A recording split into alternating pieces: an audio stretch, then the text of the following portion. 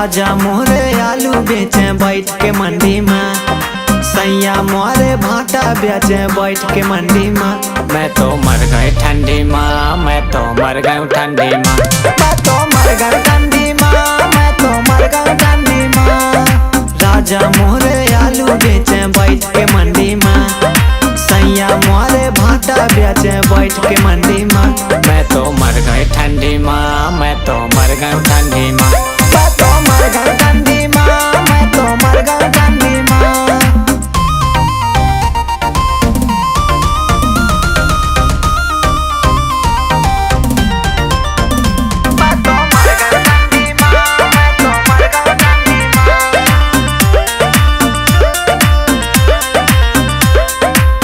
कहतो बेचे धनिया मूली, कहतो तरकारी, पता नहीं कहबे बनियो लड़कन के मातारी।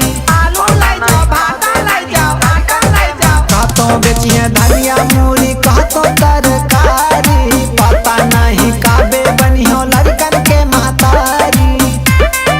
लाज शरम सब धोएली हिन बैठ के बंडी माँ, लाज शरम सब धोएली हिन घूमे बंडी माँ।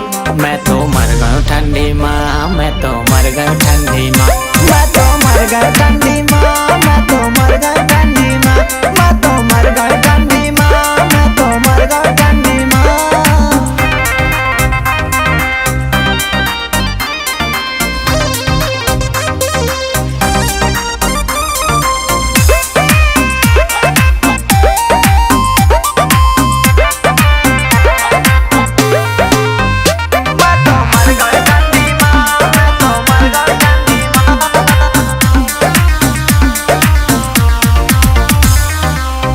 परत है ओला सैया दूरी दूरी रहती, गद्दा रजाई कुछ काम नहीं करती, गद्दा रजाई कुछ काम नहीं करती। परत है ओला सैया दूरी दूरी रहती, गद्दा रजाई कुछ काम नहीं करती।